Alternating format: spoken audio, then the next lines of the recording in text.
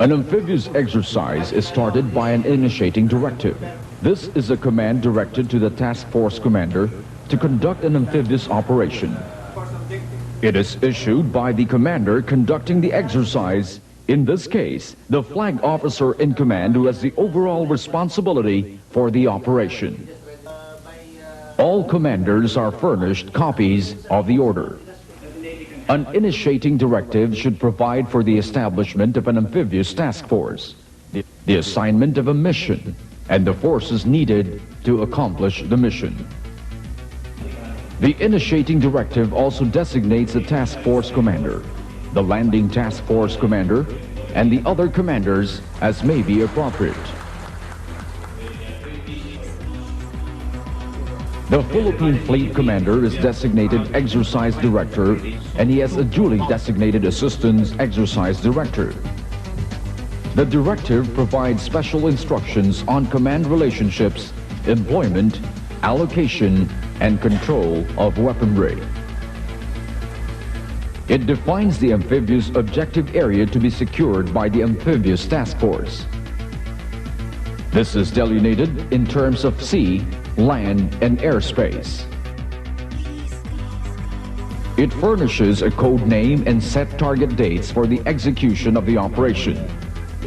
There are also instructions pertaining to the termination of the operation, as well as operation after the cessation of the amphibious operation. Other instruction, as may be appropriate, may cover conduct of combat, logistics, intelligence, or special operations related to or in support of the amphibious operations. The amphibious task force is given specific missions. The objective of an amphibious operation is to establish a landing force on a hostile shore. The landing force is tasked to pursue further combat operations, to obtain a site for an advanced naval or air base, and to deny the enemy the use of an area or facilities. An amphibious operation includes and adheres to the following sequence: planning,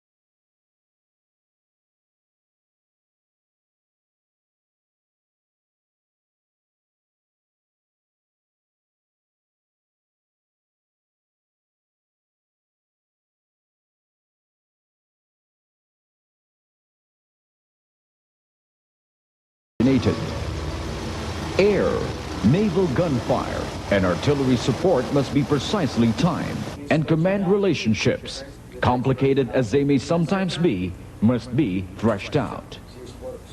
Planning must also be continuous.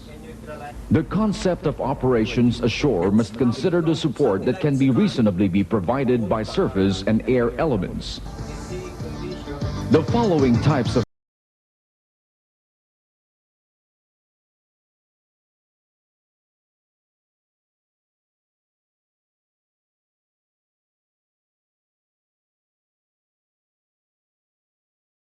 Planning for amphibious operations hinges on intelligence. During the planning stage, the Amphibious Task Force Commander determines the intelligence requirements needed to produce the plan.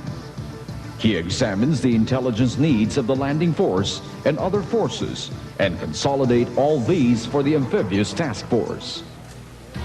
The Landing Task Force Commander also performs similar functions. He determines his intelligence needs, cost of preparation of intelligence estimates, and an intelligence annex to the landing force operation plan. Maps, charts, photographs, and special intelligence materials are acquired. Intelligence studies relative to the mission and the area of operation is prepared. Liaison with operation intelligence agencies extrinsic to the Amphibious Task Force is established. Security and counterintelligence measures are also specified. Supporting arms is a crucial factor to the success of amphibious operations. This includes the air, naval gunfire,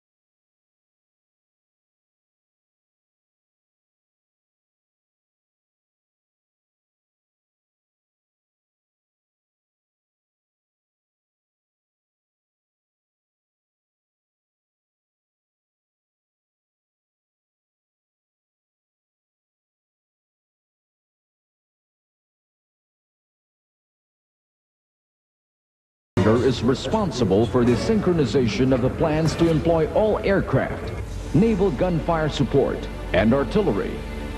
The Landing Force Commander, on the other hand, is responsible for the determination of air, naval, and artillery support requirement of the landing force.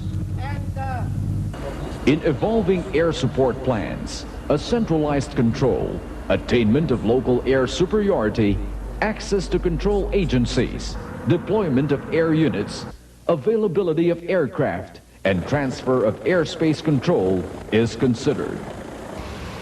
To effectively use naval gunfire support, sufficient ships and spotting aircraft are assigned to accomplish the mission. Munitions must be available in sufficient quantities to sustain the required volume of fire. Local air and naval superiority must be maintained. Naval targets must be positively observed. Separate communication channels must be established between ships, troops ashore, as well as ground and air spotters. Field artillery are organic to the landing force. It provides close and continuing fire support and mass fires rapidly on critical points. These plans should indicate their handling and transport. The logistic plan is the summation of the process of determining, procuring, and distribution of materials and personnel, as well as the administrative procedures needed by the amphibious operation. A control and delivery system must be developed to ensure adequate supply support to the landing force.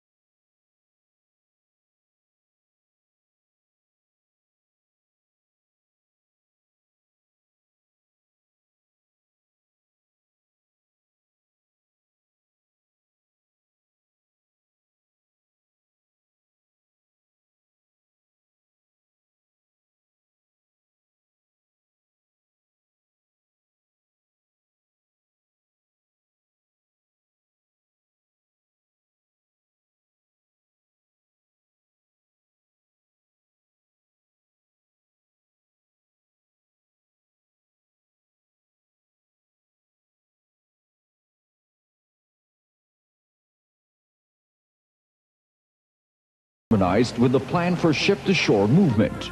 Therefore, landing force commanders, their staff along with their troops are embarked in the same ship as their corresponding naval commanders. Units of landing troops are scheduled in accord with their contemplated employment. Rehearsals refer to the conduct of one or more exercises by the amphibious task force under conditions similar to those of the planned operation. The complexity of the task assigned to the amphibious task force, time available, suitability of rehearsal areas and considerations for intelligence and counterintelligence is considered. To move to the objective area, the amphibious task force is organized into movement groups according to speed and other characteristics of the participating ships and to the time the ships are scheduled to be in the target area.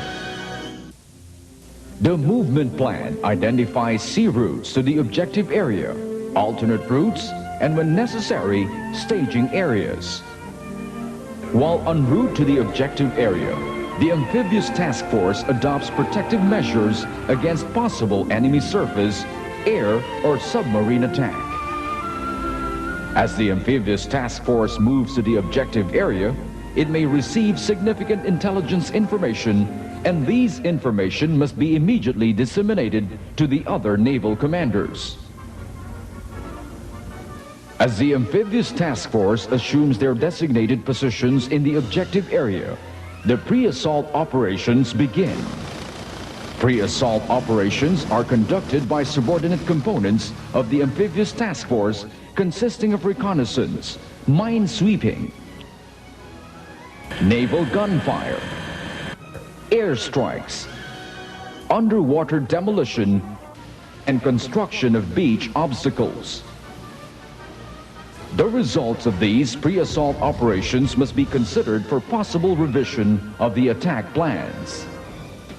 The assault phase starts when assault elements of the task force's main body arrive in assigned positions in the objective area.